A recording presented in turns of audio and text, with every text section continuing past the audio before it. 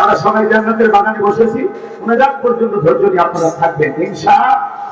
সূরার নাম কাউসার, মোট আয়াত 3টি, রুকু আছে 1টি। কোরআনুল কারীমের 108 নম্বর সূরা, মনে থাকবে ইনশাআল্লাহ। তাহলে জবান ছেড়ে সবাই একটু মহব্বত আমার সঙ্গে তিলাওয়াত করুন। আউযু বিল্লাহি মিনাশ শাইতানির রাজীম। বিসমিল্লাহির রাহমানির রাহিম। বিতাড়িত মুরতাদ শয়তানের কাছ থেকে আল্লাহ পাকের কাছে আশ্রয় প্রার্থনা চাচ্ছি। পরম করুণাময় দয়ালু আল্লাহ তাআলার নামে শুরু করছি। সবাই একটু মহব্বতে কণ্ঠ নাড়িয়ে, সকলের মুখস্থ আছে না? যে যিনি যতবার বেশি জানবেন চর্চা কমে না বাড়ে। অনেকে ভাবতেছেন হুজুর এই সূরার তাফসীর করবেন, এটা যদি জানতাম আপনার মাহফিলে আসতাম। কথা হচ্ছে বাজান, এক একটা ফুলের এক একটা সুঘ্রাণ। আপনারা যেভাবে সূরা কাউসার তাফসীর জানেন, আমি হয়তো বা সেভাবে জানি। আজকে আমি যেভাবে বলবো হয়তো আপনারা সেভাবে শোনেন নাই। একটু চলেন, মজা পাবেন ইনশাআল্লাহ। জবান ছেড়ে সবাই তিলাওয়াত করুন। আ'তাইনাকাল কাউসার ফাসাল্লি লিরাব্বিকা ওয়ানহার ইন্না শানিআকা হুয়াল আবতার। আল্লাহু আকবার।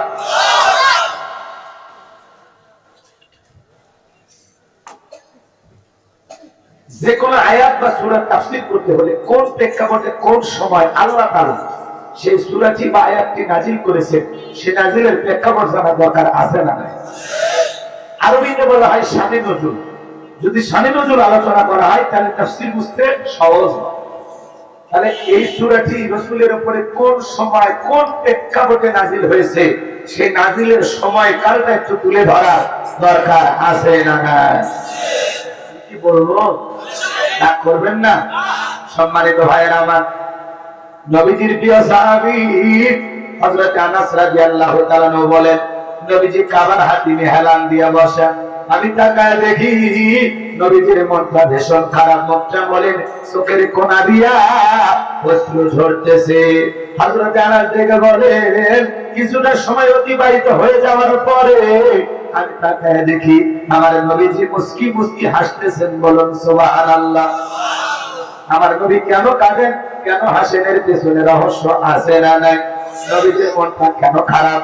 কারণ হলো নবীজির কলিজার টুকরা ছেলে সন্তানগুলো জন্ম নেয়, আর এক এক ছেলে সন্তানগুলো মারা যায়। আবুল কাসেম মারা যায়, আবু তাহের মারা যায়, ইব্রাহিম মারা যায়। বাবা হিসাবে নবীর মনে কষ্ট লাগে কিনা?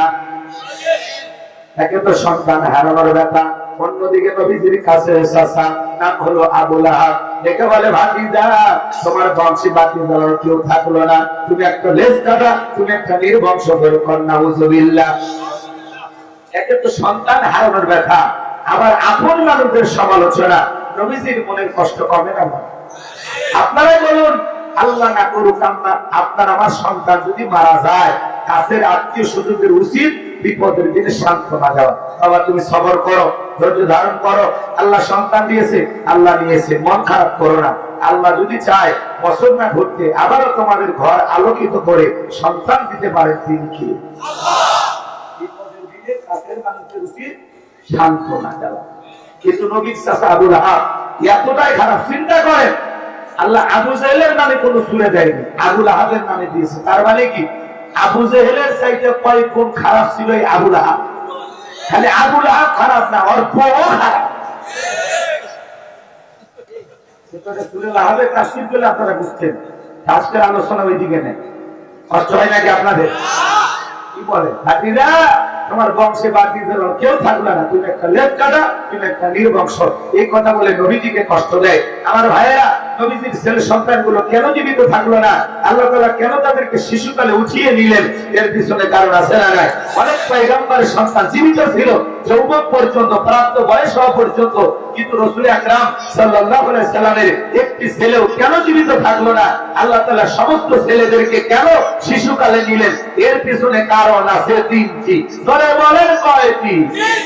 নবীর উম্মত হিসেবে জানতে মনে যায় না কি সেই তিনটি রহস্য, কি সেই তিনটি কারণ? কারা কারা সামনে হাত তোলেন। হাত বলে লিল্লাহে তাকবীর। হাত নামা।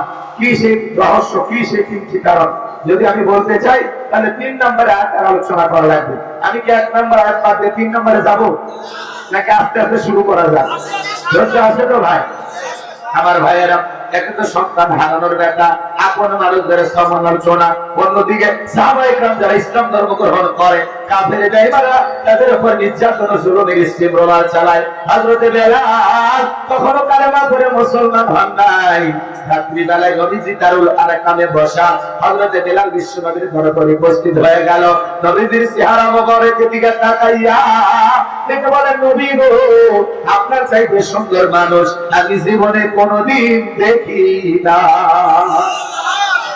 আপনার আমার নবী কতটা সুন্দর ছিলেন জানেন? হযরতে জাবের রাদিয়াল্লাহু তাআলা বলেন, পূর্ণিমা রাত আমি রাসূলের বাড়িতে গিয়েছিলাম, সেদিন দেখেছিলাম চাঁদ উদয় হয়েছে দুইটা, একটা চাঁদ আসমানে আর একটা চাঁদ জমিনে। হযরতে জাবের বলেন, আমি একবার আকাশের পূর্ণিমার চাঁদের দিকে তাকাই, আর একবার নবীজির চেহারার দিকে তাকাই। হযরতে জাবের বলেন, ওই আকাশের পূর্ণিমার চাঁদের চাইতেও বিশ্ব নবীকে আমার কাছে বেশি সুন্দর মনে হয়। বলেন না সুবহানাল্লাহ। আপনার আমার নবী কতটা সুন্দর ছিলেন জানেন? আম্মা জান আয়েশা দেখে বলেন, ইউসুফ নবীর চেহারার দিকে তাকাইয়া মিশরের নারীরা পালকার থেকে আঙ্গুল কেটে ফেলে দিয়েছিল। বলা যদি আমার বিশ্ব নবীর চেহারার দিকে তাকাইতো, শুধুমাত্র আঙ্গুল নয়, আঙ্গুল কাটতে কাটতে, হাত কাটতে কাটতে তখন যে নিজের কলিজা কেটে দুভাগ করে দিত, মুহূর্তের জন্য টের পাইতো না। আপনার আমার নবী এতটাই সুন্দর। আম্মা জান আয়েশা আরো বলেন, ও দুনিয়ার মানুষ, তোমাদের একটা সূর্য আছে, আমি আয়েশার একটা সূর্য আছে। তোমাদের সূর্য উদয় হয় দিনের বেলায়, আর আমি আয়েশার সূর্য উদয় হয় রাতের বেলায়। মারহাবা। আম্মা জান আয়েশা বলতেছেন, আমি একদিন সেলাই কাজ করতেছিলাম, হঠাৎ করে হাত থেকে সুইটা গলে গেল। বাড়িতে কোনো গ্যাস ছিল না, বাতি জ্বালাইতে পারলাম না, অপেক্ষায় বসে থাকলাম। নবীজি যখন এছাড়া সালাত আদায় করার পরে ঘরের ভিতরে প্রবেশ করলেন, আমার ভাইয়েরা, আম্মা জান আয়েশাকে নবীজি ঘরে ঢুকে সর্বপ্রথম সালাম দিলেন। নবীজি ঘরের স্ত্রীকে কি দিলেন? আপনি আমি যখন বাড়িতে যাব, বউকে সালাম দেওয়ার দরকার আছে না নাই? বাড়িতে যাব, ওকে সালাম দিবেন, আসসালামু আলাইকুম রহিমা, কেমন আছো সোনা? ঘরের দরজাটা খোলো না, আমি তোমার লেঠনের বাপ, তোমার দিওয়ানা। খুব খুশি হয় দরজা খুলবে, কারণ ঠিক কিনা? কিন্তু আমাদের ব্যবহার এত মিষ্টি না। ঘরের দরজা চিৎকার মেরে ডাকবে, এ রুমের বাইরে দরজা ঘর, বেশি দেরি হলে দরজা ভেঙে ফেলে দিয়া, আর তোর পিঠের উপর কি যে হলি। ভিতর থেকে বউ বলে যে স্বামী না সেখানে আসবাই। বউকে সালাম দিবেন। সালাম আছে যেখানে শান্তি আছে, সালাম আছে যেখানে সমাধান আছে।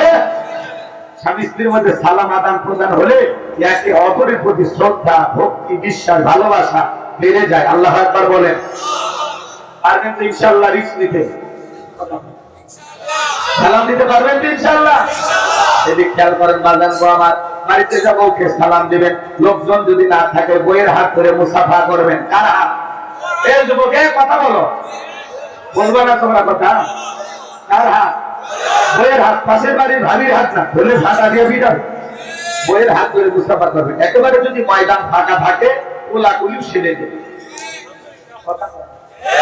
স্বামী স্ত্রীর মধ্যে সালাম আদান প্রদান হলে আল্লাহর পক্ষ থেকে রহমত নাজিল হয়। সুবহানাল্লাহ। আর ঘরে ঢুকে স্বামীও সালাম দেয় না, বউও সালাম দেয় না, দুইজনে বোবা। যার বউ নাই, মা নাই, মাও সালাম দেবে।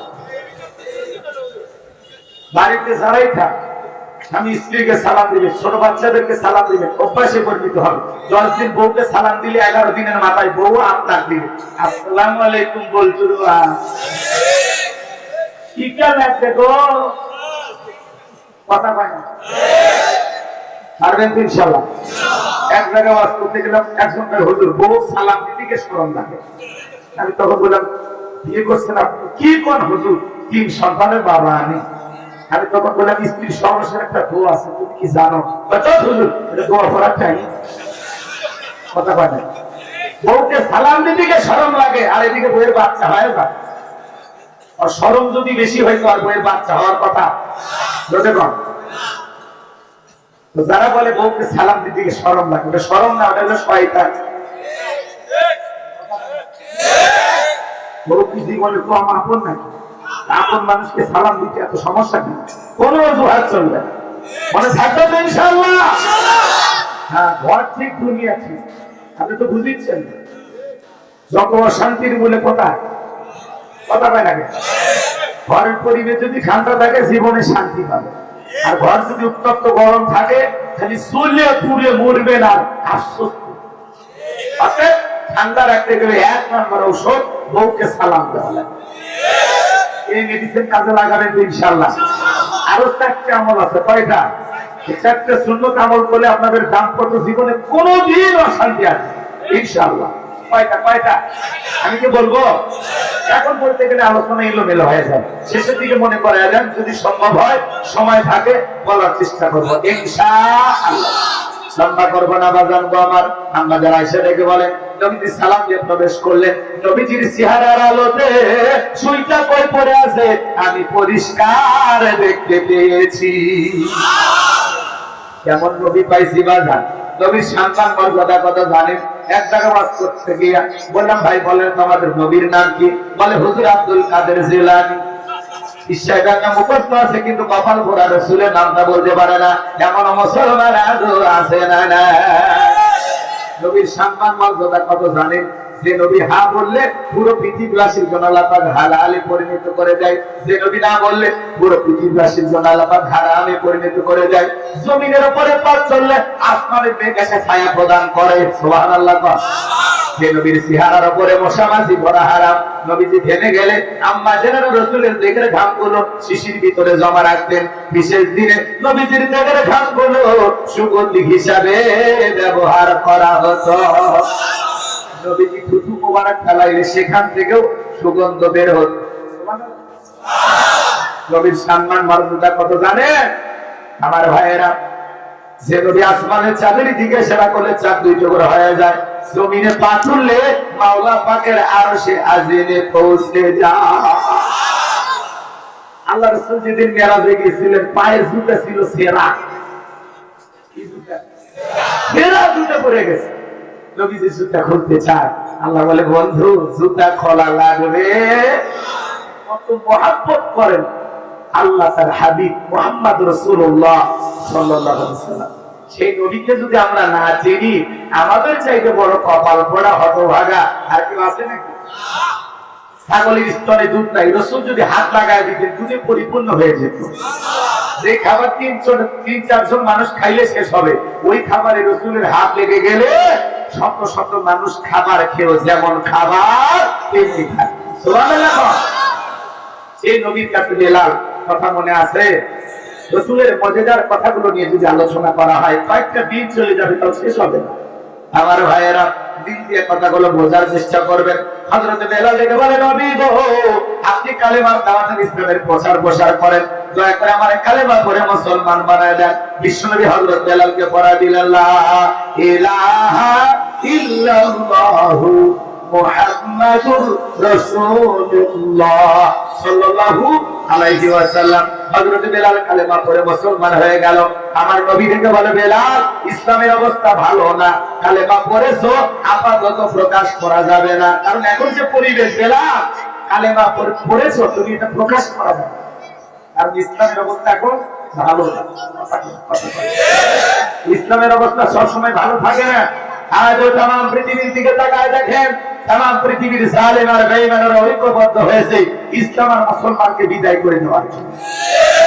আজও ফিলিস্তিনের জমিনে মুসলমানের রক্ত খাড়া করা হয়, আজও ভারতের জমিনে গরু গোশত খাওয়ার উপরে মুসলমানকে হত্যা করা হয়, আজও কাশ্মীরে মুসলমানেরা মার খায়, আজও চীনের উইঘুরে মুসলমানেরা মার খায়। কথা বলেন ঠিক কিনা? মনে রাখবেন, নমরুদ ফিরাউনের পতন হয়েছে যেভাবে, আজকে যারা মুসলমানের রক্ত নিয়ে খেলা করে, ইসলামাবাদের বিরুদ্ধে ষড়যন্ত্র করে, মনে রাখবেন নমরুদ ফিরাউনের চাইতে কঠিন পরিণতি তাদের জীবনে অপেক্ষা করতেছে।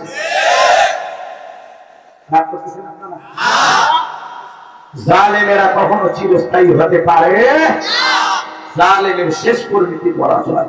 করতেছেন আমার কথা? এদেশের উপরে যারা জুলুম করেছিল বিগত 16 বছর, আজকে তারা আছে? বড় বড় কথা বলতে আছে।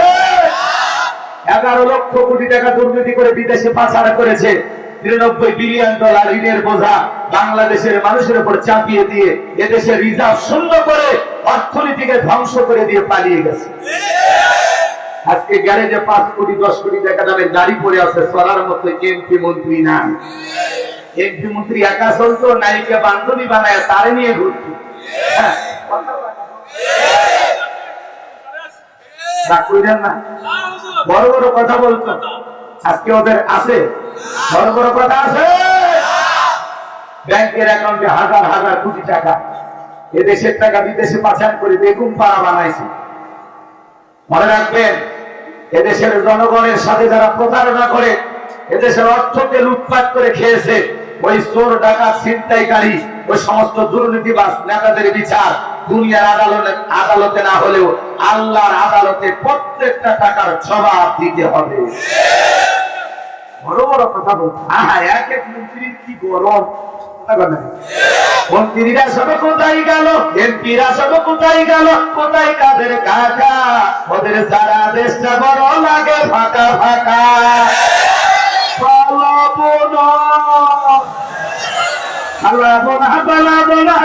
তাদের দেখা ওদের সারা দেশটা বড় লাগে ফাঁকা ফাঁকা। আইন মন্ত্রী আজকে গেল আইনেরই ফাঁকে, গাড়ি সারা দরবেশারে ভণ্ড ভণ্ড লাগে। শুনেছি ভাই কত নেতা নেত্রী খাইতেছে ভাই ডান্ডা, বিচারপতি কালা মানিকের ফাটিয়েছে নাকি হান্ডা। এটা আমার খবর না, মিডিয়ার খবর। এই বিচারপতি শামসুদ্দিন মানিক আল্লামা সাইদি হুজুরকে মৃত্যুদণ্ডের রায় দিয়েছিল। আমরা বলতে চাই ওই একই ট্রাইব্যুনালে বিচারপতি মানিককে মৃত্যুদণ্ডের রায় দিতে হবে। এই বিচারপতি মানিক 116 জন আলেমের তালিকা করে দুদকের কাছে জমা দিয়েছিল। আমার মতো গাইবান্ধার দুর্বল বক্তা, আমার রোল নাম্বার ছিল 23। আমার নাম্বার কত আপনারা চেনেন না, ওরা ঠিকই চেনেন। যারা আলেমের তালিকা করেছিল, আজকে আমরা তালিকা ছাড়া ভিতরে ঢুকছি, তালিকা শুরুই করি কথা কান্না কথা কান্না। এই বিচারপতি মানিক এরা ছিল বিগত সরকারের 5 গোলাম। এরা তাদের ইশারায় বিচার কার্য পরিচালনা করত। এরা যদি ন্যায় বিচার করত, আজকে বিচারককে দুনিয়ার বিচারের কাজ করায় দাঁড় হওয়া লাগতো।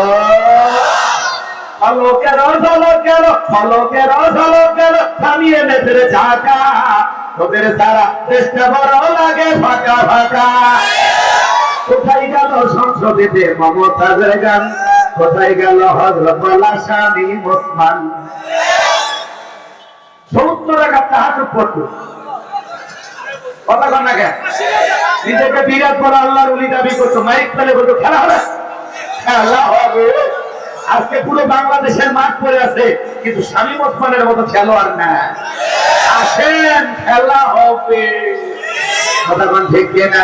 আমার লম্বা হবে, লম্বা করবো না, অনেক কথা বলার আছে, কষ্ট হয়েছে, বিরক্ত হয়েছে। তাহলে ইসলামের অবস্থা সবসময় ভালো থাকে। আমার পৃথিবীর জালেমেরা ঐক্যবদ্ধ হয়েছে ইসলাম আর মুসলমানকে বিদায় করে দেওয়ার জন্য। কিন্তু বলেন তো বাজার, ওরা ষড়যন্ত্র করে মুসলমানকে কি বিদায় করতে পারবে? মুসলমানের সাথে আছেন কে? আরো জোরে বলেন কে? আল্লাহ যদি আমাদের সাথে থাকে, আর কোনো ভয় আছে? মাশাআল্লাহ, বিএনপি নেতাকে ভয় নাই।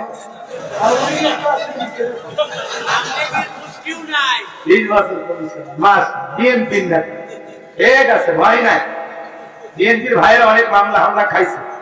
জামাত বিএনপি মানে একেবারে কারণ আমি 50টা, কারণ আমি 100টা পাইকারি করে মামলা।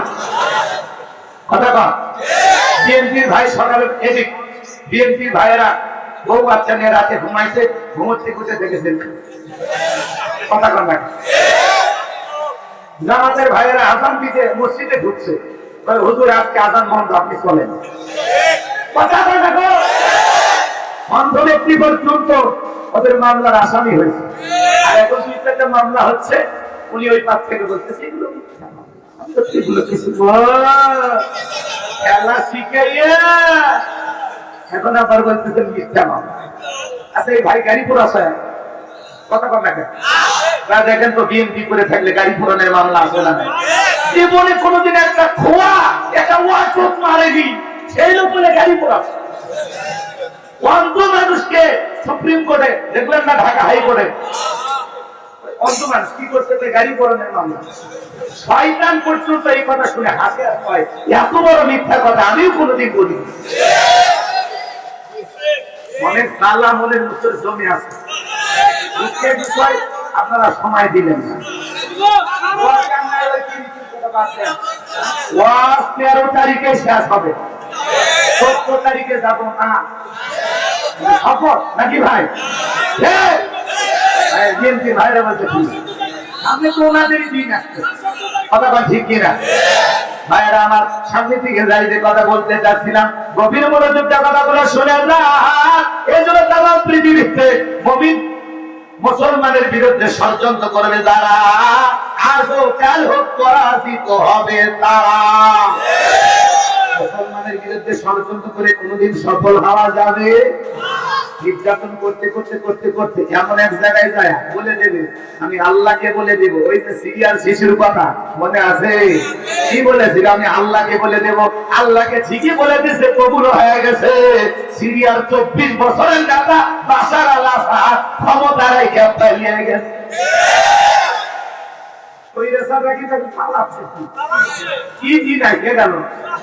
বাংলাদেশের আন্দোলন দেখে সবাই এখন শিখতেছে, কথা বল ঠিক কিনা?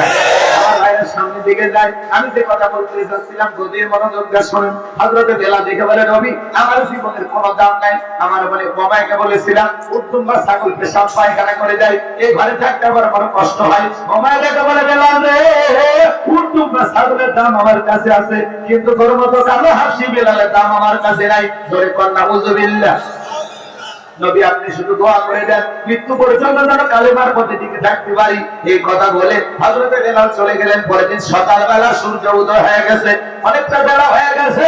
হযরতে বেলাল দরজা খোলে না। অন্যান্য চাকর যারা আছে নালিশ নিয়ে চলে গেছে উমায়ের কাছে, যা বলে নেতা এখন পর্যন্ত বেলাল দরজা খোলে নাই, তাই নাকি বলে হ্যাঁ চলো যাই। দরজায় ডাক দেয় বেলাল দরজা খোলো। হযরতে বেলাল দরজা খোলে না, জোরে করে ধাক্কা মারছে, দরজা খুলে গেছে। এইবার উমায়ের তাকায় দেখে সেই রাত্রিতে হযরত বেলাল কালেমা পড়ে মুসলমান হয়েছে। ওই রাত্রিতে একটা হুট্টুমা ছাগলের কাছে কোনো পেশাব পায়খানা নাই। জোরে কোন মারহাবা। এবার ওমারে বলে এসা করে দল বেলালের বিরুদ্ধে মিথ্যা অভিযোগ দাও। তোমরা যখন ঘুমাচ্ছিলে বেলাল তখন ময়লা আবর্জনা পরিষ্কার করেছে, তাকায় দেখো না একটা হুট্টুমা ছাগলের কাছে কোনো পেশাব পায়খানা নাই। যাও নিজেদের কাজ করো। ওদেরকে তাড়িয়ে দেওয়ার পরে একটা টুকা করে বেলালের কাছে চলে গেলেন। হযরতে বেলাল চেহারা পিছা লাগায়া সিপানারা জিকিরি করে কার? এবার হযরত বেলালকে ধইরা হালকা করে ধাক্কা মারতে যখন জবান দিয়ে কালেমার আওয়াজ বের হয়েছে, তখন এইবার উমাইয়াকে বলে বেলাল তোর জবান দিয়ে কি শুনলাম, তুমি কি মুসলমান হয়েছো? হযরত বেলাল দেখে বলে মুসলমান হয় যারা মিথ্যা কথা বলতে পারবে না তারা। ওয়াকুলু কাওলান সাদীদা। মুসলমানেরা হলে সত্যবাদী, মুসলমানেরা কখনো মিথ্যাবাদী হতে পারে না। আমাদের সমাজে মিথ্যাবাদী আছে না নাই?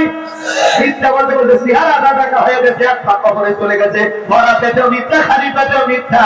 এত মিথ্যা কথা বলতে পারে, ওনাদেরকে না দেখলে বিশ্বাস হতো না। হেলিকপ্টারে পানি দিচ্ছি, তাহলে সাদের শিশু মারা গেল কিভাবে? এখন যাদের মহাপরিচালক দুঃখ প্রকাশ করে বলতেছে যা করেছি অতীতে ভুল করেছি, জনগণ চাইলে আমরা বিলুপ্তি হয়ে যাব। দুঃখ প্রকাশ করেছে, মাফ চাইছে। তাদেরকে দানবের মতো ব্যবহার করা হতো, তাদের পরিবারকে চিমনি করা হতো। আসলে এরা ছিল তাদের হাতের খেলার পিতু। এদেরকে দোষ দিয়ে লাভ নেই।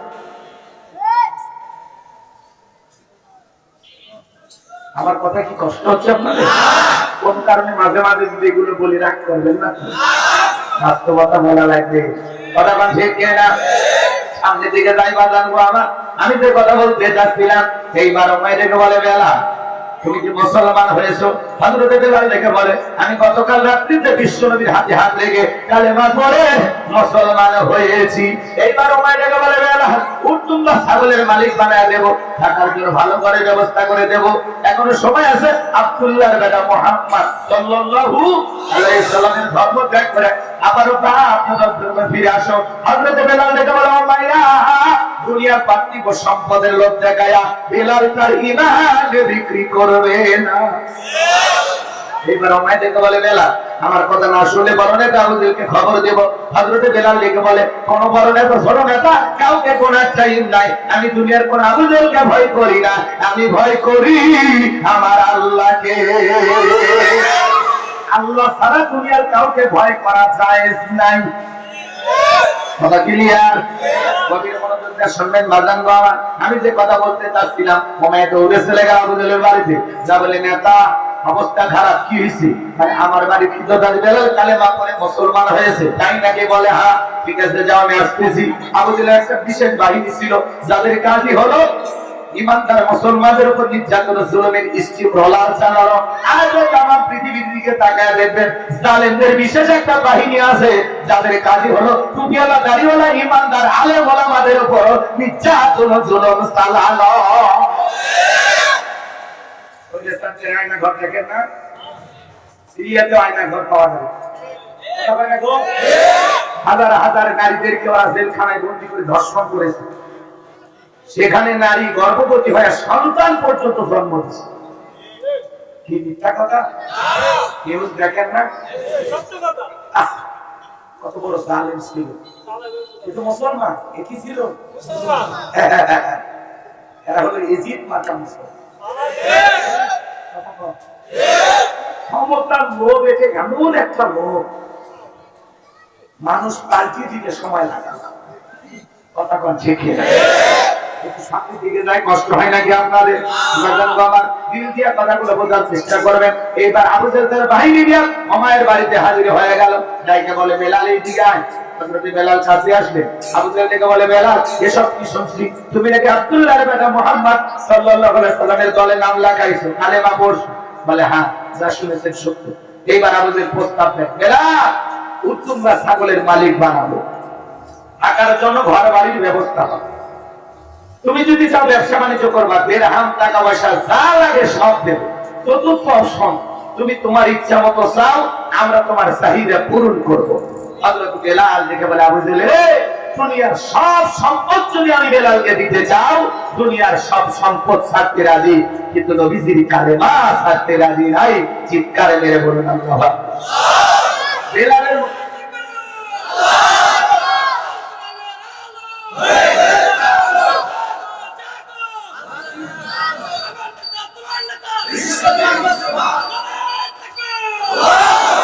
অনেকে ঠান্ডা লাগছে, আওয়াজ বের হয় না। আমার দুর্বু ভাই তাকবীর দিলে পছন্দ হয় না, তাহলে আওয়াজ বের বলে লিল্লাহি তাকবীর। কষ্ট হয়, কষ্ট হয়। আমার ভাইরা যে কথা বলতে চাচ্ছিলাম, বেলালের মতো যারা খাঁটি ইমানদার, এরা টাকার কাছে বিক্রি হবে না। কিন্তু মুনাফিক মার্কা মুসলমান যারা, টাকার কাছে বিক্রি হবে তারা। টাকা সেই দিকে, ওদের ফতুয়া সেই দিকে। টাকার ধরে ওদের ফতুয়া ঘোরে। টাকা পাইলে বৈধকে অবৈধ বলে চালিয়ে দেয়, আর অবৈধকে বৈধ বলে চালিয়ে দেয়। এক টাকা বিরিয়ানি পাইলে পাই ম্যাডাম, কথা কয় না ছিল কিনা বুঝে নেওয়া লাগবে বাজান। সে কথা আমি বলতে চাই, এজন্য বেলালের মতো খাঁটি ইমানদার টাকার কাছে বিক্রি হবে না। কিন্তু মুনাফিক মার্কা মুসলমান যারা, টাকা পাইলে বাতিলের পাশ টানবে তারা। বলেন সামনের দিকে যায়। এবার আবুজাল থেকে বলে, বেলাল সোজা আঙ্গুলে ঘিউ না উঠলে আঙ্গুলে একটু বাঁকা করা লাগবে। এই কথা বলে যুবকদেরকে লিলিয়ে দিল। চাবুকটা পিটানো শুরু হয়ে গেল।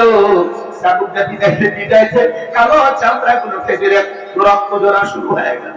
এরা যত জোরে চাবুক মারে, বেলাল তত জোরে আল্লাহর নামের জিকির করে।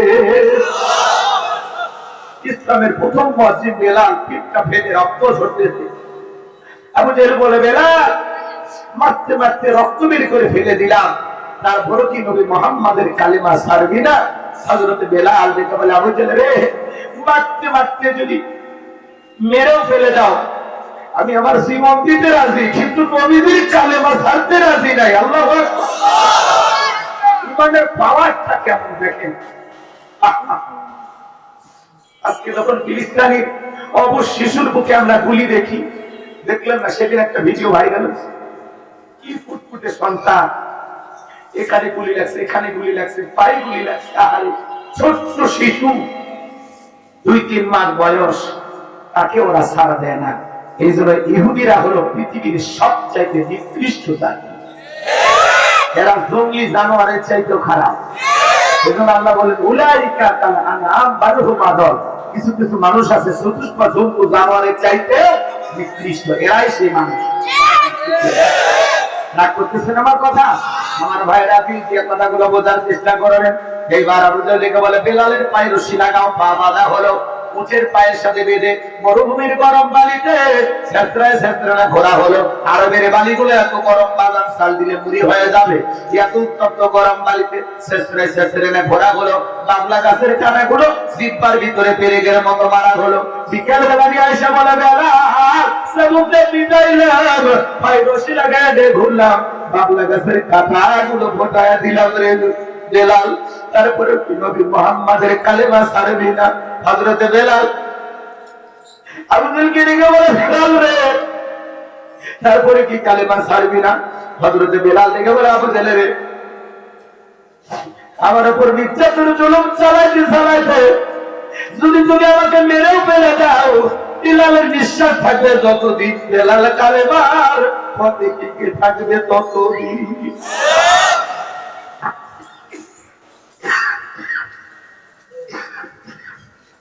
নিঃশ্বাস বন্ধ না হওয়া পর্যন্ত আমি ঈমান ছাড়ব না। আমার ভাইরা, কি নির্যাতন জুলুম করার পরে আবু জাহল আবার বলতেছে যুবকেরা যাও, কয়েকজন মিলে বড় একটা পাথর নিয়ে এসে বেলালের বুকের উপরে চাপায় দাও। কয়েকজন যুবক মিলে বিশাল বড় একটা পাথর নিয়ে এসে হযরতে বেলালের বুকের উপরে চাপায় দিলেন। হাত পা বেঁধা বেলালের বুকের উপরে পাথর। আবু জাহল ভাবলো এই পাথরের চাপার আঘাতে বেলাল মারা যাবে। আমার ভাইয়েরা, হযরতে সুমাইয়ের কথা আপনারা শুনেছেন। এই আবু জাহল তার লজ্জাস্থানে বল্লম দিয়ে আঘাত করে দুনিয়ার জমি থেকে বিদায় করে দিয়েছে।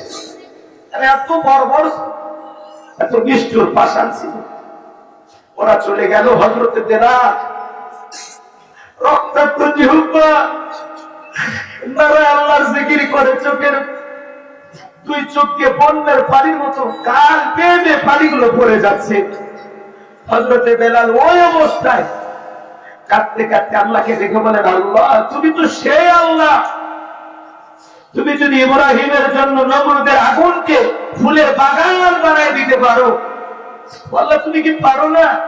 আমি বেলালের বুকের উপরে পাথর থাকার কারণে তোমার মতো মালিকের জিকির করতে বড় কষ্ট হয়, আল্লাহ তুমি কি পারো না বেলালের বুকের পাথরটাকে তুলার মতো নরম বানায় দিতে? হযরতে বেলাল দোয়া করতে দেরি আসমানের মালিক আল্লাহ দোয়া কবুল করতে দেরি করে নাই, বেলালের বুকের পাথরটাকে আমার আল্লাহ তুলার মতো নরম বানিয়ে দিয়েছে। আজকে আপনাকে আমাকে জিকির করার জন্য কেউ পিটায় না, মারে না, ধমক দেয় না, তারপরে আমরা বড় কপাল করে আল্লাহরে স্মরণ করি না। কথা বলে না? এই জন্য আল্লাহ বলেন ইন্নাল ইনসানা লিরাব্বিহি লাকানুদ, মানুষ বড় অকৃতজ্ঞ, মানুষ বড় অকৃতজ্ঞ। কথা বলে না? আমার ভাইয়েরা, জিকির করার জন্য আলাদা সময় লাগে না, জিকির করার জন্য আলাদা ওযু করা লাগে না। মাঠে কাজ করতে করতে জিকির করা যায়, দোকানে কাজ করতে করতে জিকির করা যায়, মিল ফ্যাক্টরিতে কাজ করতে করতে জিকির করা যায়, রাস্তাঘাটে পথ চলতে চলতে জিকির করা যায়, চলতে ফিরতে সব সময় জিকির করবেন। হাদিস শরীফের ভিতরে আছে যার জিহ্বাতে আল্লাহর জিকিরে তরুতাজা থাকে, আল্লাহর জিকিরে ভিজা থাকে, ওই জিহ্বাওয়ালা মানুষ কোনদিন জাহান্নামের আগুনে চলবে না। জিবরাইল এসে বললেন, নবী গো, ও নবী, আপনি কি জানেন একজন মুমিনের 2 ফোঁটা চোখের পানির কতটা? হযরতে জিবরাইল বলেন, নবী, কেউ যদি আল্লাহর ভয়, কার ভয়? আল্লাহর ভয়ে 2 ফোঁটা চোখের পানি ফেলাইতে পারে, ওই 2 ফোঁটা চোখের পানি তার জাহান্নামের আগুনকে নিভাইয়া দিতে পারে। আমার ভাইয়েরা, একজন বান্দা যদি আল্লাহর কাছে কাঁদে, আল্লাহ এই বান্দার কান্না কখনো বৃথা যেতে দিবে না। কথা বলে না? আল্লাহর চাইতে বড় দয়া, আল্লাহর চাইতে বড় আপন একজন মুসলমানের জীবনে আর কেউ হতে পারে না। আপনার আমার সবচেয়ে বেশি আপন কে? ধরে বলেন কে?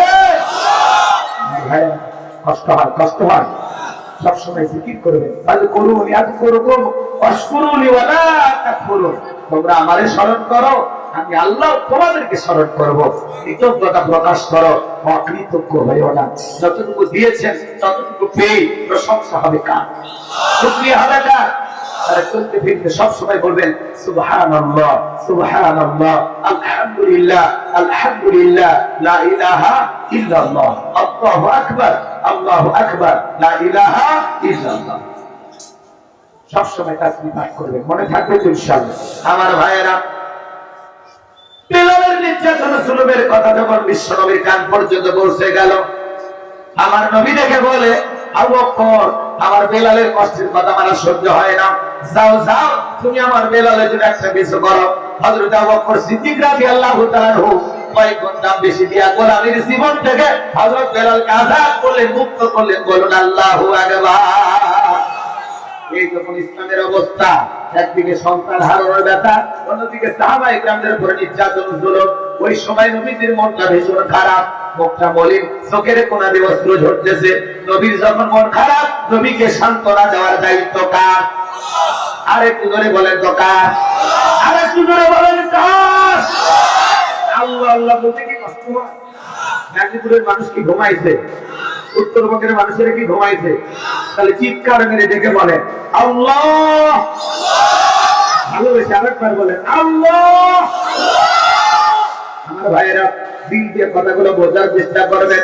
আমার আল্লাহ তখন ডেকে বলে, জিবরাইল রে, আমার বন্ধুর মা নাই, বাবা নাই, আমি ছাড়া আমার বন্ধুর কেউ নাই রে জিবরাইল। আমার বন্ধুর মনটা হয়েছে ভারী, আমি আল্লাহ সইতে নাহি পারি। লাহু মাহফুজ থেকে সূরা কাউসার নিয়ে যায় আমার বন্ধুর উপরে নাজিল কর তাড়াতাড়ি। আল্লাহু আকবার। আমার নবী দেখে বলে, আনাস, আমার মনটা কেন খারাপ, কান্না করার কারণ তোমরা জানো? কিন্তু আমার মুস্কি হাসি দেওয়ার কারণ হলো আমার সমস্ত ব্যথা, কষ্ট, দুঃখ, দুর্দশা ভুলে যাওয়ার জন্য আমার আল্লাহ পাক আমার উপরে এই মাত্র জিবরাইলের মাধ্যমে সূরা কাউসার নাজিল করলো। বলুন আল্লাহু আকবার। তখন আনন্দে আত্মরা হয়ে সাহাবায়ে কেরামদেরকে শোনায়া দিলেন। জবান থেকে সবাই আরেকবার তিলাওয়াত করুন। আমার আল্লাহ রাব্বুল আলামিন বলেন, ইন্না আ'তাইনাকাল কাউসার ফাসাল্লি লিরাব্বিকা ওয়ানহার ইন্না শানিয়াকা হুয়াল আবতার। আল্লাহু আকবার। আল্লাহ রাব্বুল আলামিন এক নাম্বার জানিয়ে দিলেন, গভীর মনোযোগ দিয়ে শুনবেন। প্রথম আয়াতে আল্লাহ তাআলা জানিয়ে দিলেন, ইন্না আ'তাইনাকাল কাউসার। আমার আল্লাহ জানিয়ে দিলেন, অবশ্যই আমি আল্লাহ পাক আপনাকে হাউজে কাউসার দান করেছি। ইন্না আ'তাইনাকাল কাউসার, নিশ্চয়ই আমি আল্লাহ পাক আপনাকে হাউজে কাউসার দান করেছি। পৃথিবীর অন্য কোন নবী রাসূলকে আল্লাহ পাক হাউজে কাউসার দান করেন নাই। আপনার আমার নবীকে আল্লাহ তাআলা হাউজে কাউসার গিফট করেছেন। বলেন সুবহানাল্লাহ। হাউজে কাউসারের পানি দুধের মতো সাদা, পানির চাইতে ক্লিয়ার, মধুর চাইতে মিষ্টি। সুবহানাল্লাহ বলেন। ওই কঠিন কিয়ামতের ময়দানে যেদিন বিচার দিবস কায়েম হয়ে যাবে, বিচার দিবসের একদিন হবে 50,000 বছরের সমান। যেদিন বেঈমানদের জিহ্বাগুলো ঝুলে আসবে নাভি পর্যন্ত, যেদিন সূর্য সোহাগ মাথার উপরে চলে আসবে, যেদিন পাহাড় পর্বত নদী নালা খাল বিল বিল্ডিং ইমারত গাজীপুর রাজধানী সিটি ঢাকা কোনো কিছু থাকবে না। কুল্লু মান আলাইহা ফান। এই পৃথিবীর জমিনে যা কিছু দেখতেছেন আল্লাহ তাআলা সব কিছু ধ্বংস করে দেবেন। কথা বলে ঠিক কিনা? ওই কঠিন কিয়ামতের ময়দানে যেদিন মা তার সন্তানের পরিচয় দেবে না, স্বামী স্ত্রী পরিচয় দেবে না, ভাই ভাইয়ের পরিচয় দেবে না, যেদিন আল্লাহর আরশের ছায়া ছাড়া আর কোনো ছায়া থাকবে না, আল্লাহর আরশের নিচে 7 শ্রেণীর মানুষকে আল্লাহ পাক যাচাই বাছাই করে ছায়া প্রদান করবেন। এটা হলো কিয়ামতের ময়দানে আল্লাহ তৈরি করা ভিআইপি গ্যালারি। এখান থেকে আল্লাহর প্রিয় গোলামেরা কিয়ামতের ফাইনাল খেলা উপভোগ করবেন। আল্লাহু আকবার। মানুষ দলে দলে নবীজির কাছে যাবেন হাউজে কাউসারের পানি পান করার জন্য। আমার ভাইয়েরা, কিছু মানুষের সামনে আল্লাহ তাআলা পর্দার আবরণ করে দেবেন। আমার নবী তখন দেখে বলবেন, আল্লাহ, সংখ্যায় আমি আমার অনেক উম্মতকে দেখতে পাইলাম, কেন জানি সংখ্যাটা কমে গেল, বুঝতে আমি পারলাম না। আমার আল্লাহ দেখে বলে, বন্ধু, আপনি তো পাইকারি দরে সবাইকে হাউজে কাউসারে পানি পান করাইতে পারবেন না। দুনিয়ার জীবনে দুইটা অপরাধ করেছিল যারা, হাউজে কাউসারের পানি আজকে পাবে না তারা। জোরে বলেন বন্ধু, কয়টা? কষ্ট হয় আমার কথা। দুইটা অপরাধ কি কি জানার দরকার আছে না নাই? কবির মনোযোগ দিয়ে শোনেন। নবী যে হাউজে কাউসারের পিয়ালানে দাঁড়িয়ে আছে, এদিকে খেয়াল করেন, এদিকে খেয়াল করেন। হযরত আবু বকর পিয়ালাগুলো ভরায়া দিলেন। শুনছিলেন? কোনদিন শুনছিলেন? কে পিয়ালা ভরায়া দিল? আবু বকর। মাঝখানে দাঁড়িয়ে থাকেন হযরত ওমর। শোনেন, আবু বকরের হাত থেকে নিয়ে হযরত ওমর নবীজির হাতে দিবেন, আর নবীজি তার আদরের উম্মতদেরকে খুঁজে খুঁজে রাসূল নিজের হাতে হাউজে কাউসারের পিয়ালার পানি পান করায়া দিবেন। সুবহানাল্লাহ। আপনারা জোরে অনেকে সুবহানাল্লাহ কয় না। সকাল 9টার পরে বউকে সাথে নিয়ে বলি, কি কষ্ট হয়? রাসূলের হাতে হাউজে কাউসারের পানি পান করতে চান? কারা কারা হাত তুলে দেখেন। সবাই পান করতে চান? হাউজে কাউসারের পানি পান করতে গেলে কাজ করতে হবে দুইটি। জোরে বলেন কয়টি? আপনারা খালি কইলে হবে না, প্রমাণ দেওয়া লাগবে। কথা কম, কথা কম। আমি যদি আপনাদের কাছে কিছু চাই, দেবেন না? দেবেন না? মুসাফিরের হাত খালি হাতে ফেরত দেবেন? খালি হাতে ফেরত দেবেন? আমার ওয়াজ চলবে, আমি এদিক সেদিক যাব না, শুধুমাত্র ডান হাতটা পকেটের ভিতর ঢুকে দিয়ে আল্লাহর রাস্তায় 20 টাকা হলে আমার কথা শুনে দেবেন। 50, 100, 200, 500 যা পারেন ছেলে পেলে আপনাদের মাঝে যাবে। আমি গাইবান্ধার মানুষ, এখনো উঠবেন না। আমার এই পয়েন্টগুলো আমি শেষ করে, যদি সময় আরেকটু লাগে একটু মেহেরবানি করে দেবেন। কেউ তামাশা করবেন না, পরিবেশ নষ্ট করবেন না। আমি আলোচনায় চলে যাব। আমার হাতে দেওয়া লাগবে না। 500 টাকা, 1000 টাকা, 2, 4, 5, 10,000 যা পারেন মাদ্রাসাকে মহব্বত করে দেবেন ইনশাআল্লাহ। প্রত্যেক বছর তার আয়োজন করে। শোনেন ভাই, আমাকে ভালোবেসে পরপর 2 বছর তারা দাওয়াত দিয়ে আনছে। বিশাল একটা খরচ আছে না নাই? ধরে বলেন বাজার খরচ আছে না নাই? একটু ছেলে পেলে যাবে, আল্লাহর রাস্তায়, মহিলা প্যান্ডেল, পুরুষ প্যান্ডেলে সবাই দিবে। এবার শোনেন, হাউজে কাউসারের পানি চাইলেন আর পাইলেন, আপনি সবাই নবীজির হাতে হাউজে কাউসারের পানি পিয়ালার পানি পান করতে চান? আল্লাহ যেন সেই সৌভাগ্যবান ব্যক্তিদের তালিকা আমাদের নামগুলো লিখে দেন। জোরে বলেন আমিন। আর একটু জোরে বলেন আমিন। এদিকে খেয়াল করেন, এদিকে খেয়াল করেন। আমি এলাকায় আসলাম, আসার পরে একটা ছেলের হাতে কিছু চকলেট দিলাম, দিয়ে বলে, ভাতিজা, আমার বছরে এক বদা পানি নিয়ে আসলাম, একটু উজু বানাম। ওই ছেলেটা চকলেট পায়ে মারছে, মাঝখানে আচার খেয়ে পড়ে গেছে, এখন ছিঁড়ে গেছে, রক্ত বের হয়েছে, কিন্তু চকলেট থাকার কারণে উঠে দাঁড়াইয়া বদনা ভরিয়া পানি দিয়ে সামনে হাসি। আমি তখন বললাম, ভাতিজা, এই পানিটা আনতে গিয়ে তোমার কষ্ট হয়েছে, মাঝখানে আচার খেয়ে পড়ে গেছো, হাঁটুটা ছিলে গেছে, রক্ত মারা বেরিয়েছে। ওই ছেলেটা চকলেটের খুশির কারণে বলতেছে, আমি এরকম কত পড়ে যাই, আমার কিছুই হয় না। কিয়ামতের ময়দানে নবীজির হাতে, নবীজিকে দেখবে, নবীজির হাতে পানি পান করবে।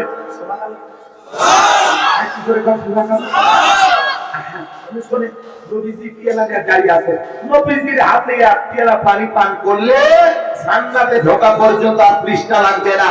কিয়ামতের কঠিন দিন আর কঠিন মনে হবে না, আল্লাহ সহজ করে দেবে। নবীজির হাতে এক পেয়ালা পানি আর আল্লাহর আরশে নিচে ছায়া যদি ভাগ্যে জুটে যায়, এই লোকগুলো জান্নাতি, তাদের আর কোনো টেনশন নাই। সুবহানাল্লাহ বলবেন না? এবার শুনেন, হাউজে কাউসারের পানি চাইলেন আর পাইলেন, অত সহজ না। কাজ করতে হবে। কি করা লাগবে? ঠান্ডা পানিতে ওযু বানায় নামাজ পড়া লাগবে। পুরাতন মুসল্লি যারা হঠাৎ করে যদি বিয়ার মানুষ নামাজ পড়তে মসজিদে যায়, ওদেরকে দেখে ঠাট্টা বিদ্রুপ করে।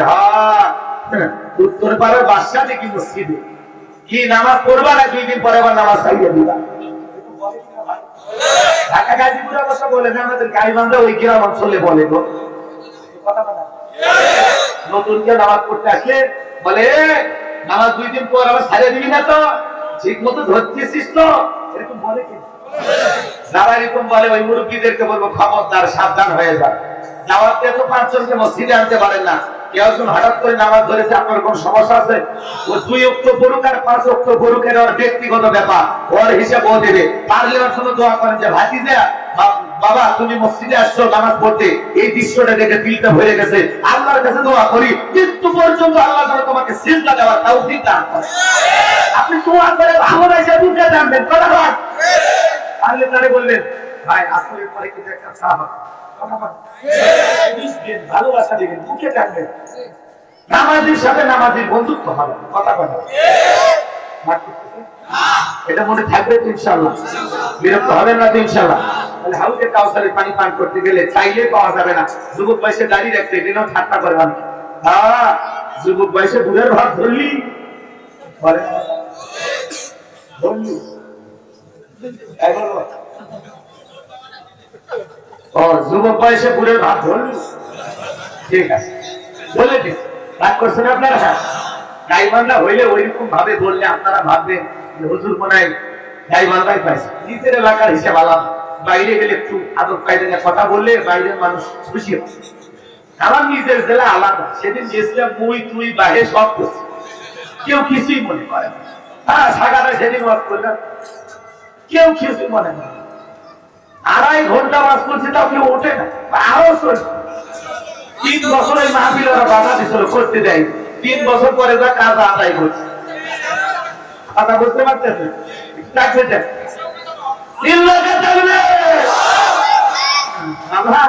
ভাইরা গিয়ে আছে তো কিছু মনে হচ্ছে না, কিন্তু আমার অবস্থাটা খারাপ। রাগ করতেছেন মনে হয় বাজার, খারাপ করবে না কি বুঝতেছিলাম ভুলে গেছেন। যুবক বয়সে দাঁড়িয়ে রাখলে সমালোচনা করে, বউকে নিয়ে একটু বাহিরে ঘুরতে গেলে মুখে দাঁড়িয়ে আছে, মানুষ থেকে বলে ভাবি আসসালামু আলাইকুম, সাথে সাথে খবর কি? বউ এসে বাড়ির নাক করে আর বলে তোমার সাথে বাহিরে যাওয়া যাবে না, আমার কাছে ভাবি আর তোমার টাকা চাচা। যেই বউ দাঁড়িয়ে রাখার কারণে স্বামীকে অপছন্দ করে, এই বউ স্বামীকে 100% ভালোবাসা দিতে পারে না। আমরা তো এটা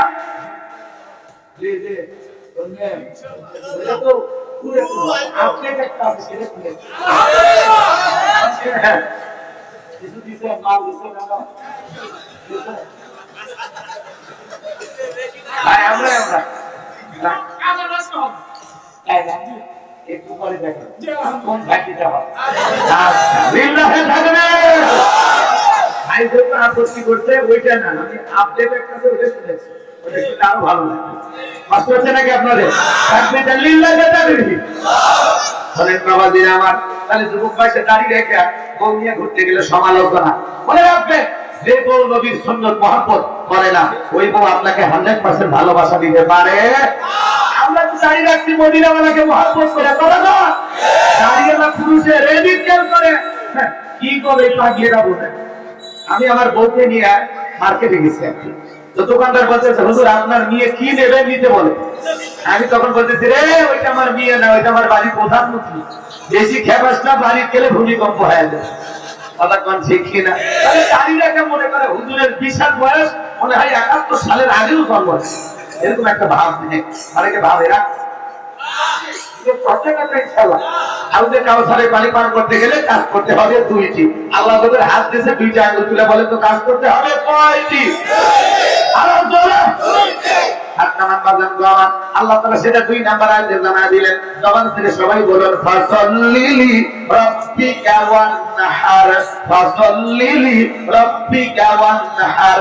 1 নাম্বার হলো ফাসাল্লিলি রাব্বিকা, রবের উদ্দেশ্যে সালাত আদায় করা লাগবে। নামাজ হবে একমাত্র কার জন্য? তাহাজ্জুদ ছাড়তো না, ফজর পড়ে কোরআন পড়তো।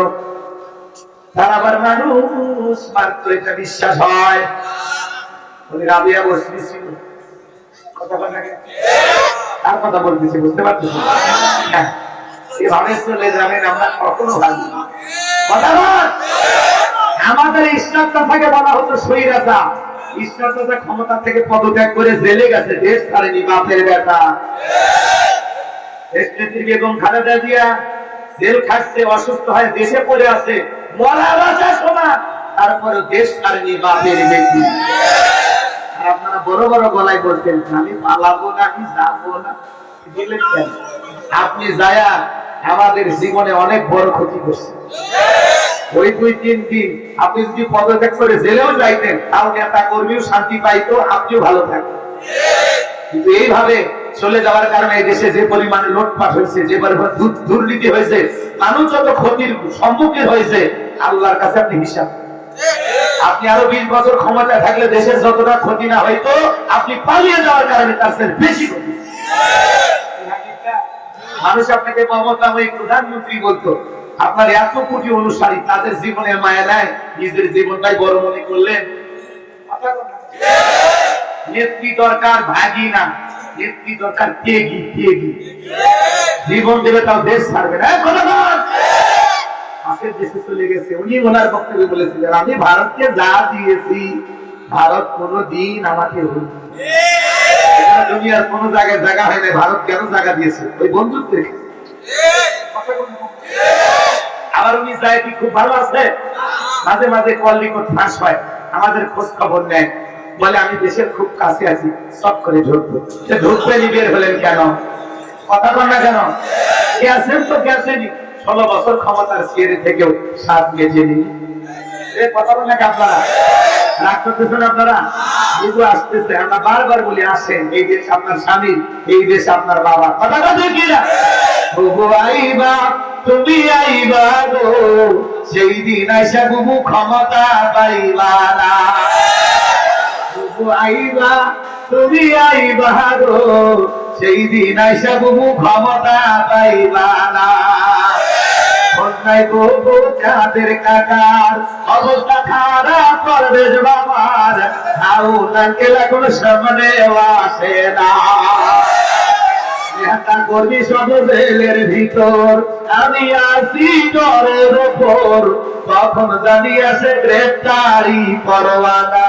বুবু আইবা, তুমি আইবা গো, সেই দিন আইসা বুবু ক্ষমতা পাইবা না।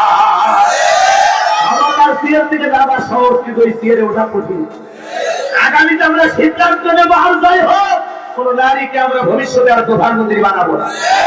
আমেরিকা তাদের 47তম প্রেসিডেন্ট বানাইছে, ডোনাল্ড ট্রাম্প কমলা হ্যারিসকে বানায় নাই। আমেরিকার ইতিহাসে আজ পর্যন্ত কোন নারী প্রধানমন্ত্রী হয়নি। আমরা সিদ্ধান্ত নেব আগামীতে আর কোন মহিলাকে নয়, পুরুষ প্রধানমন্ত্রী চাই। কারা কারা হাত তোলে? আপনারা সেই দলেরই হোক, আপনাদের দলের পুরুষ আছে ভাই না? আপনি আমার ভাই না, হুজুর অন্য কিছু বললেন। রাগ করতেছেন আপনারা? মিলেমিশে করবো দেশ। নারীদের জেদ বেশি, অভিমান, রাগ বেশি। কথা বলেন দেখেন না, মাঝে মাঝে রাগ করে বাড়িতে ঝগড়া লাগে, হাড়ি বাতি ভেঙে ফেলে দেয়, খালি মারে। আর মেয়েরা যদি আপনার শান্তির জায়গা পায়, সহজে ছাড়ে না, জীবন চলে যায় ওই জায়গা ছাড়বে না। আর ওই শান্তির জন্য পুরো দেশে আগুন লাগাই দেবে, তাও নিজের শান্তির জায়গা ছাড়বে। কি কথা ক্লিয়ার? আমরা ভবিষ্যতে যেই দলেরই হোক একটা পুরুষ প্রধানমন্ত্রী চাই। আর নারীরা ক্ষমতায় গেলে 16 বছর ঘর কামাইছে, আবার যদি আসে খেলা বুঝতে রাগ করতেছেন মনে হয়। তবে উনি যতই কল রেকর্ড ফাঁস হোক আর যত কথাই বলি, উনি লেখেন লেখেন অত সহজ। হ্যাঁ, রাগ করতেছেন নাকি আপনারা? রাগ করতেছেন? আমার কথা কি খুব বিরক্ত হয়েছে? এই বাস্তবতা একটু বললে অনেকে রাগ করে। 16 বছরের মা এত এখনো 10 দিন আয়না ঘরে থাকিস। হুজুরদের হাতে পায়ে ডান্ডা বেরি পড়াইছিল, কি ভুলে গেছে সেই দিনের কথা? আল্লামা সাইদি হুজুরকে 300 নারীকে তিনি নাকি ধর্ষণ করেছেন। বিশ্বাস করতে কথা? এক নারীকে জিজ্ঞাসা করা হয়েছে, হুজুর এই হুজুর তোমার ধর্ষণ করতে বলে? হ্যাঁ। তোমার জন্ম 75 সালে, জন্ম 75 সালে ধর্ষণ হয়েছে 71 সালে, সব নেওয়া সম্ভব? ওরা তো নির্যাতন দিচ্ছিল, কি একটা কথা শুনলেই তোমার বকটা ধরে নিয়ে কি দিচ্ছে জানেন? হাড়ি কাছে চুরি মামলা। যে হুজুর করে দিন গেলে 20-30-50 টাকা পায়, সে হুজুর হাড়িটা দিয়ে চুরি করছে, এই কথা বিশ্বাস হয়? এই হলো মামলার অবস্থা। কথা কি বলছে? হুজুরকে ধরে নিয়ে দেখো, হুজুরের মোবাইলে পূর্ণগ্রাফি পাওয়া গেছে, মোবাইলে না। কথা কয় না কেন? হুজুরে বলে দেখে না, বলে তো সবার মোবাইলে আছে। তার চিন্তা ভাবনা যেমন, সে দেখলো তেমন। চিন্তা ভাবনা ভালো সে ভালো দেখবে, চিন্তা ভাবনা খারাপ সে খারাপটা দেখবে। ভাই টেলিভিশনের উপরে কিছু না, রিমোটটা যার হাতে থাকে তার উপরে সবকিছু। কোন চ্যানেল দেখবে এটা তার রুচি। হুজুরদের নরম পায়া যা খুশি তাই বলছে, হুজুর কাবির নামা করে, তোর দাদার কাবির নামা আছে নরম পায়ে যা খুশি তাই করলে লাভটা কি হলো? কোনো লাভ হয়। পরাজিত হয়েছে। ভবিষ্যতেও যারা আলেমদের উপরে মুসলমানদের উপরে জুলুম করবে ওরাও পরাজিত হবে। ইতিহাস থেকে শিক্ষা গ্রহণ করা লাগে। মন খারাপ করেছেন বাজান বাবার, সামনের দিকে যাই। যে কথা বলতে যাচ্ছিলাম, এক নাম্বার হলো রবের উদ্দেশ্যে সালাত আদায় করা। নামাজ হবে কার জন্য? ونسكي ومحياي ومماتي لله رب العالمين। আনআম আয়াত নাম্বার 162। আল্লাহ রাব্বুল আলামিন বলেন, নবী আপনি বলুন, আমার নামাজ, আমার কুরবানি, আমার জীবন, আমার মরণ লিল্লাহি রাব্বিল আলামিন, আসমান জমিনের প্রতিপালকের জন্য। তাহলে মুমিন জীবনের ইবাদত হবে একমাত্র কার জন্য? আমি গত বছর সূরা আল মুমিনুন থেকে ওয়াজ করেছিলাম। তাহলে নামাজের বিষয় মোটামুটি আলোচনা গত বছরই হয়ে গেছে। আজকে আমি নামাজের বিষয়ে কথা বলবো না, শুধু এতটুকু বলতে চাই, ফাসল্লি লিরাব্বিকা, রবের উদ্দেশ্যে সালাত আদায় করা লাগবে। নামাজ হবে একমাত্র আল্লাহ তাআলাকে রাজি খুশি করার জন্য। কারা কারা পাঁচ ওয়াক্ত সালাত মসজিদে গিয়ে আল্লাহর ভয়ে আদায় করবে? দুই হাত তুলে দেখা। আল্লাহ সবাইকে পাঁচ ওয়াক্ত নামাজি বানায় দেন। জোরে বলেন আমিন। আর একটু জোরে বলেন আমিন। নামাজ পড়া লাগবে। সিজদায় মাথা নত করে ফিসফিস করে তুমি যা বলো, আরশের মালিক আল্লাহ আরশে বসে সেটা শুনতে পায়। বান্দা সিজদায় গিয়ে ফিসফিস ফিসফিস করে যা বলে, এই ফিসফিস আওয়াজটা কই পৌঁছে যায়? আরশে। পিপিলিকা চলে না, পিপিলিকা, ওই পিপিলিকার পায়ের আওয়াজ আল্লাহ আরশে বসে শুনতে পায়। আল্লাহর কাছে সিজদায় দিয়ে চাইবেন তো ইনশাআল্লাহ। ফেসবুকে দুঃখ শেয়ার করার আগে মালিকের কাছে কপাল করার জন্য বজর খালি ইউটিউব ইন্টারনেট ঘাটাঘাটি করে, ইমো মেসেঞ্জারে সেটিং করে, বান্ধবীর সাথে পুষ্পাস এটা ওদের দিন। আল্লাহ যুবকদের হেদায়েত দান করেছে। যারা বলেন আমি যদি সম্ভব হয় শেষে যুবকদেরকে হালকা সাইজ করব। তাহলে ফাসল্লি লিরাব্বিকা ওয়ানহার, এক নাম্বার রবের উদ্দেশ্যে সালাত আদায় করা। এদিক খেয়াল করেন। দুই নাম্বার হলো ওয়ানহার, মানে কুরবানি করা। কুরবানি করা মানে কি? নিজের আমিত্বকে কুরবানি করা, অহংকারকে কুরবানি করা, নিজের ভিতরে থাকা পশু সুলভ আচরণকে কুরবানি করা। এই দেশের জন্য যারা জীবন দিয়েছেন, শহীদ আবু সাঈদ, কথা বলেন, তারা দেশের জন্য নিজের জীবন কুরবানি করেছে। মুক্ত নিজের জীবন কুরবানি করেছেন। এগুলো হলো বড় কুরবানি। কথা দেখতে না, নিজের জীবন যৌবন সবকিছু কুরবানি হবে কার জন্য? রাজি আছি তো ইনশাআল্লাহ? আমরা দেশের জন্য, এই জমিন ইসলামকে প্রতিষ্ঠিত করার জন্য আমাদের জান মাল সবটুকু কুরবানি করব ইনশাআল্লাহ। আল্লাহ আমাদের জান মালের সব কুরবানি কবুল করেন। জয় বলুন আমিন। ওয়ানহার মানে কুরবানি করা। 7 জন গরু ভাগে গেলে 3 জন দড়ি ধরে টানে, 4 জন পিছন থেকে ঠেলে। এমন একটা গরু কেনে যেই গরুর উপরে বয়স্ক ভাতা আছে। কুরবানি স্থান পর্যন্ত হেঁটে যাওয়ার শক্তি নাই, দুর্বল গরু জবাই করে। এরকম গরু কুরবানি দিলে হবে। আল্লাহ বলেন তাসরুন নাজিরিন, চমৎকার একটা গাভী জবাই করতে হবে, আকর্ষণীয়, হুষ্ট-পুষ্ট, দেখতে সুন্দর। যারা এই যে ওটা বসা করতেছেন, আমি জানি 12টার পরে আপনারা থাকবেন, এটা আমার একেবারে মাথার মেমোরিতে সেভ করা আছে। আমি জোর করে শোনাবো না, এই যে শেষ করে দিচ্ছি। শোনেন শোনেন না ভাই, আমার কথা শোনেন। যারা কুরবানি দিলেন 3টা জিনিস খেয়াল রাখবেন। 1 নাম্বার নিয়ত সহিহ, কুরবানি আল্লাহর জন্য। অনেকে বলে না কুরবানি না দিলে ছেলে মেয়ে বস্তুর দিকে তাকায় থাকে, জামাই বাড়িতে কি দিব, পাশে সুদের টাকা হোক আর ঘুষের টাকা হোক, কিস্তি তুলে হোক আর যেভাবে হোক, কুরবানি দেওয়াই লাগে। কুরবানি হবে প্রথমে খাওয়ার নিয়ত। কথা কয় না গো, খাওয়ার নিয়ত ভালো হয়ে যায়। 5 লাখ টাকার গরু কিনে নিয়ে এসে রাস্তার প্ল্যান্ডে রাখে। কার গরু? তালুকদার। কত? 5 লাখ। তালুকদার সাহেব ঠকেন না, জিতছেন। তালুকদারকে আমি ঠকার মানুষ, পিছনে যে রান দেখা যায়, 1 রানে তো 5 মণ গোস্ত হবে। যারা কুরবানি পশু কিনে নিয়ে এসে প্রদর্শন করে, এবং ভাব ভঙ্গিমা দেখা আর কি পরিমাণে গোস্ত হবে হিসাব নিকাশ করে, এদের কুরবানি হবে, গোস্ত খাওয়া হবে না কেন? গোস্ত কাটতেছে তার সেলফি, জবাই করার সেলফি, গোসল করে দেওয়ার সেলফি, আবার ওই যে জব করার পরে কিলে কিলে বের হয় ওগুলো ধরেছে। কি রাগ করছেন আপনারা? এত নির্লজ্জ বেহায়া কারা? দুষ্ট যুবক যারা, ভালো মানুষেরা এগুলো করে না।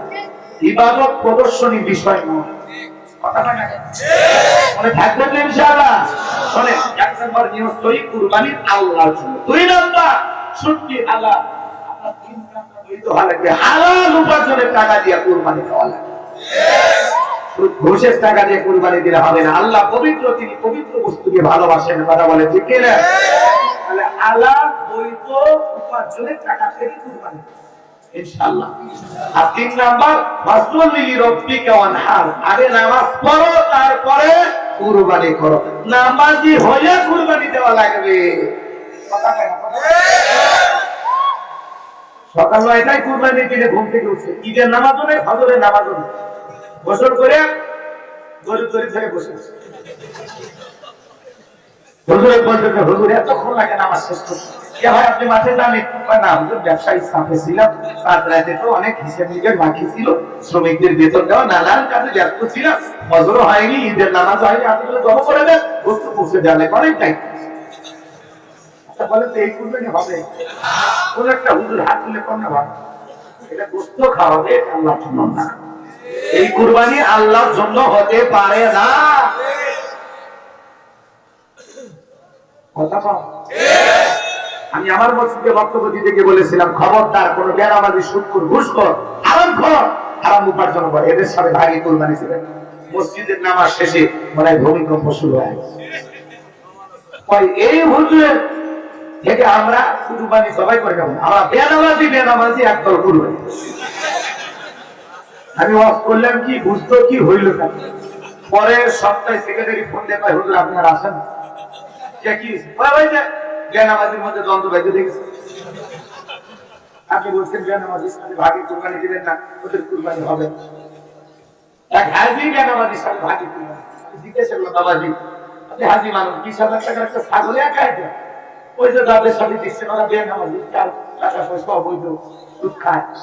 তখন বলতেছে, হুজুর দেখেন বাড়ি কিছু ছাগলের মস্ত খায় না, আমার নিয়ম সই আছে, আমি বেনামাজি, ওরা হতে পারে, আমার টাকা তুমি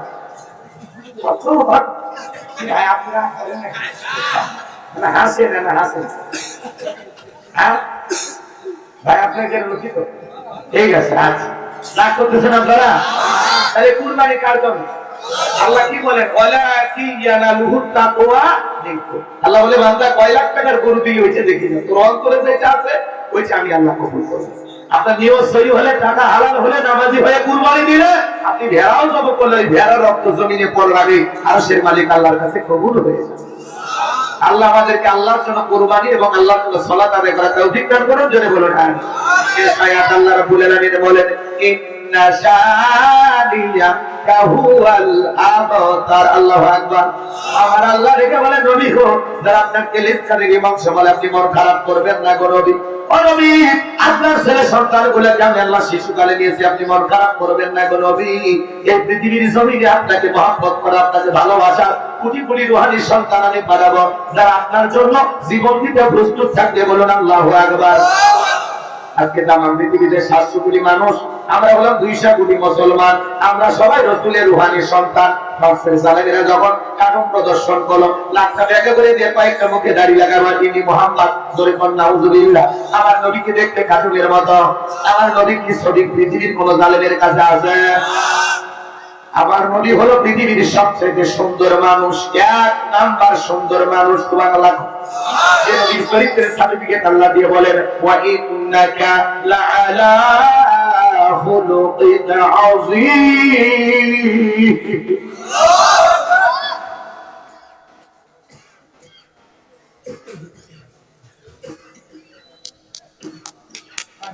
আমার আল্লাহ রাব্বুল আলামিন বলেন, নবী গো আপনি হলেন ভূত পবিত্র মহান চরিত্রের অধিকারী। বলুন আল্লাহু আকবার।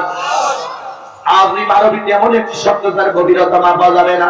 আটলান্টিক মহাসমুদ্রের কিনারায় বৈশাখী হুজুরি চামচ দিয়ে পানি ছেঁচা শুরু করে, কি বলবেন? লোকটা পাগল। কোনদিন হয়তো বা চামচ দিয়ে আটলান্টিক মহাসমুদ্র শুকানো সম্ভব হলে হতেও পারে, কিন্তু নবীজির চরিত্র নিয়ে আলোচনা করে শেষ করা যাবে না। নবীর সম্মান মর্যাদা কথা আমি বললাম না কিছু কথা, যে নবী 63 বছরের জিন্দেগিতে একটি মিথ্যা কথা বলেননি, এমন বিশ্ব রেকর্ড পৃথিবীর আর কোন নেতা আছে? সেই নবীকে নেতা মানতে রাজি আছেন তো ইনশাআল্লাহ? সেই নবীর আদর্শ জমিনে বাস্তবায়ন করতে রাজি আছেন তো ইনশাআল্লাহ? এই জমিনে আল্লাহর আইন চালু হোক করে দেওয়ার জন্য হাত তুলে দেখা বিল্লাহি তাকবীর।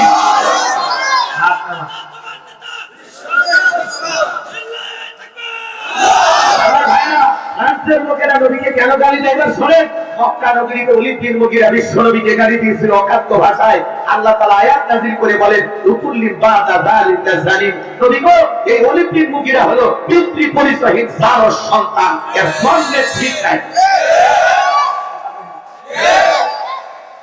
এরপরে আপনারা দুই একজন কথা করতেছেন, বাড়ি যাবেন না? আসলে বলতে চাইছিলাম, কারণ 20 বেজে গেছে, দোয়া করে দেন। কি বলেন?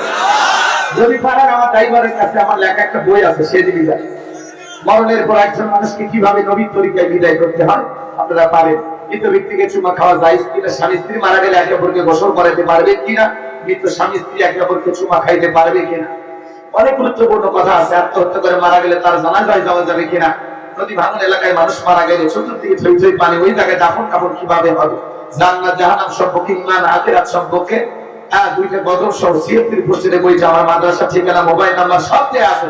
যদি পারো যুবক সংগ্রহ করে নিয়ে যাইবা, 50 টাকা হাদিয়া দিয়ে। কষ্ট হয় আপনাদের? যুবক এগুলো তো কিনবেন, ওরা উপন্যাস কেনে, প্রেম কেন কাঁদা, যৌবনের মৌবনে অভিশাপ করা, মিলন হবে কতদিনে তোর মরণের পরে। এগুলো আজে বাজে উপন্যাস কিনলে চরিত্র ধ্বংস হয়ে যাবে। প্রত্যেকটা মুসলমানের ঘরে একটা সিরাত গ্রন্থ থাকা দরকার আছে না নাই? কিনবেন তো ইনশাআল্লাহ। আমার বাবা জিরা দিল দিয়ে কথাগুলো বলবেন, ওলীদ বিন মুগীরা বলতেছে, নবী এত বড় কথা আপনি থাকেন, আমি বাড়িতে যাই। ছেলেটা বৈধ নাম, অবৈধ জানে কে? মা ফ্যাক্টরির মালিক, তার মায়ের নাম ছিল ঝর্ণা। যা বলে মা করবি না কোনো তাল বাহানা। বিশ্ব নবী আমাকে বলেছেন, উতুল্লিন বাদা যালিকা জালিম, আমি নাকি পিতৃ পরিচয়হীন জারস সন্তান, আমার নাকি জন্মের ঠিক নাই। ওলীদ বিন মুগীরার মা মনে মনে ভাবতেছে, এত গোপন তত্ত্ব নবী জানলো কেমনে? নবী তো জানতেন না, নবীকে জানিয়ে দিয়েছেন তিনি কে।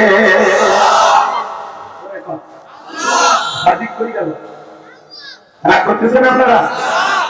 নবীকে জানিয়ে দিয়েছেন কে? এবার ওলীদ বিন মুগীরার মা বলতেছে, বাবা মিথ্যা কথা বলতো, তোর বাবা ব্যবসা বাণিজ্যের কাজে এতটাই ব্যস্ত, তোর বাবা ব্যবসা থেকে টাকা ছেড়ে তোর মায়ের মন বোঝে, সে যে কেন আসে না, কিছু ভালো লাগে না, এবার আসুক, তারে আমি মজা। কথা কয় না? কথা কয়। দেখবেন ভাইয়েরা যখন বিদেশে থাকে, এলাকায় দেবর আমদানি কমে না পারে, ওরা ভাবি তুয়ারে এসে স্লোগান দেয়, ভাবি ভাইয়া তোমার বর, আমি যে দেবর, ভেবে দেখো ভাবি কার মতো যাবি, ভাই গেছে মালয়েশিয়ায়, আমি তো বেশি আসি।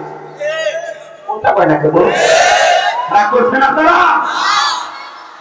এই দেবরেরা সুযোগ পাইলে ভাবির ঘরে প্রবেশ করে বলে, ভাবি আপনাকে চেহারা তো দেখে মনেই হয় না যে আপনার বিয়ে হয়েছে। ভাবি ডিজিটাল মডার্ন, বলে তুই তো এই কথা বলিস, তোর ভাই তো কিছু পাই। বলে ভাবি সেই সুখী ভাইরা আছে, ভাই যদি একটা ইমানদার আল্লাহওয়ালা হয়তো ভাবির অন্তরে যদি আল্লাহর ভয় থাকতো, কি বলতো জানেন? কুল্লিল মুমিনিনা ইয়াকুতুনা মিন আবসারিহিম, দেখে বলতেছে, দেখে বলতে, হে দেব, আমাকে দেখার অধিকার তোর ভাইয়ের জন্য জায়েজ আছে, কিন্তু তোর জন্য আমাকে দেখা হারাম। মুমিনের দৃষ্টি থাকবে নিচের দিকে, তাড়াতাড়ি ঘর থেকে বের হয়ে যা। মা বোন যারা আলোচনা শুনতেছেন, মা দুইটা পুরুষ হইতে 2 কিলোমিটার দূরে থাকবে, একটা দেবর আর একটা দুলে ভাই, এরা হলো মৃত্যুতুল্য বিষাক্ত সাপের চাইতে ভয়ঙ্কর। ওইদিকে যাবো না, নারীদের মাঝ হবে, কষ্ট হচ্ছে আপনাদের না? এবার ওলীদ বিন মুগীরার মা বলতেছে, বাবা তোর চাচারে দিয়ে ভালোবাসা বিনিময় করেছিলাম, তার ফলে তো জন্ম হয়েছে। নবী যে তথ্য দিয়েছে 100% সত্য। এজন্য মনে রাখবেন, নবীকে গালি দেবে যারা, অবৈধ জারস সন্তান তারা। নবীজির অপমানে যদি না কাঁদে তোমার মন, মুসলিম নয় তুমি, মুনাফিক, নবীজির দুশমন। বিশ্ব নবীর অপমান সইবে না রে। আজকে সেনাবাহিনীর ভাইয়েরা বাংলাদেশে একজন নবীকে কুটুক্তি করে চলে ধরে আত্মার নাম ধোলাই দিয়েছে, বিদায় নিয়ে গেছে। কথা বলে ঠিক কিনা? আমরা বলতে চাই, কেউ যদি আমাদের নবীকে অপমান করে কথা বলতে চায়, শোনেন, তুমি আমার বাপকে গালি দাও, মাইনে নেবো, মাকে গালি দাও, আমি মাইনে নেবো, আমার দলকে গালি দাও, আমি মাইনে নেবো, কিন্তু আমার বিশ্ব নবী হলেন আমাদের কলিজার টুকরা নবী। নবীকে নিয়ে যদি কেউ কুরুচিপূর্ণ মন্তব্য করে, বাজে ভাষায় কথা বলে, ওই নাস্তিক বেঈমানকে ধইরা আর বুকের উপর চইরা জিহ্বার টান দিয়ে ছিঁড়ে কুকুরকে খাওয়া দেবো। নবীজির অপমান মেনে নেওয়া হবে না, হবে না। নবীজির ইজ্জত সম্মান রক্ষা করার জন্য তারা তারা জীবন দিতে প্রস্তুত থাকবে। লিল্লাহি তাকবীর, লিল্লাহি তাকবীর। আমার বক্তা শ্রোতা সবাইকে আল্লাহ পাক আশিকের রাসূল হওয়ার তৌফিক দান করুন, জোরে বলুন আমিন। আমরা রাসূলের প্রেমিক, কথা বলে ঠিক কিনা? নবীজির অপমান সইবে না রে। আমার নবীকে নিয়ে কুরুচিপূর্ণ মন্তব্য করে, মনে রাখবেন মুহাম্মদ মানে প্রশংসিত। ফ্রান্সের লোকেরা কেন কার্টুন দেখাইলো শোনেন না? আমার পৃথিবীর মানুষেরা যখন আন্দোলন করেছিল, এই ফ্রান্সের জালেমেরা, আমরা ঈমানদাররা জীবিত থাকতে আমাদের নবীকে অপমান করে আর একটা কার্টুন যদি ঝুলাও, পৃথিবীর মানচিত্র থেকে ফ্রান্সকে আমরা মুছে ফেলে দিব। ওই ভয়ে ওরা কার্টুন দেখানো বন্ধ করবে। এইবার পৃথিবীতে আমরা নতুন করে জরিপ করে দেখলাম, পৃথিবীর 268 রাষ্ট্র নিয়ে গবেষণা করা হলো, এই ফ্রান্সের লোকেরা কেন গালি দেয়। রহস্য উন্মোচন হয়ে তথ্য বের হয়ে আসলো যে ফ্রান্সের মহিলারা বিয়ের আগেই বাচ্চা জন্ম দেয়। বিয়ের আগে যদি বাচ্চা ডেলিভারি হয়, এটা বৈধ না অবৈধ? এটা হালাল দাদা না কি দাদা? এই জন্য মনে রাখবেন, নবীকে গালি দেয় তারা, অবৈধ ভাবে দুনিয়াতে জন্ম হয়েছে তারা। আলেমদেরকে গালি দেয় তারা, অবৈধ ভাবে দুনিয়াতে জন্ম হয়েছে তারা। আল্লাহর কোরআনকে অপমান করে তারা, অবৈধ ভাবে দুনিয়াতে জন্ম হয়েছে তারা। কথা বলিস না? বক্তা শুনতে সবাইকে আল্লাহ পাক আমল করার তৌফিক দান করুন। বেঁচে থাকলে আবারও দেখা হবে ইনশাআল্লাহ। ওয়া আখিরু দাওয়ানা আলহামদুলিল্লাহি রাব্বিল আলামিন। আমি জানি আপনারা অনেক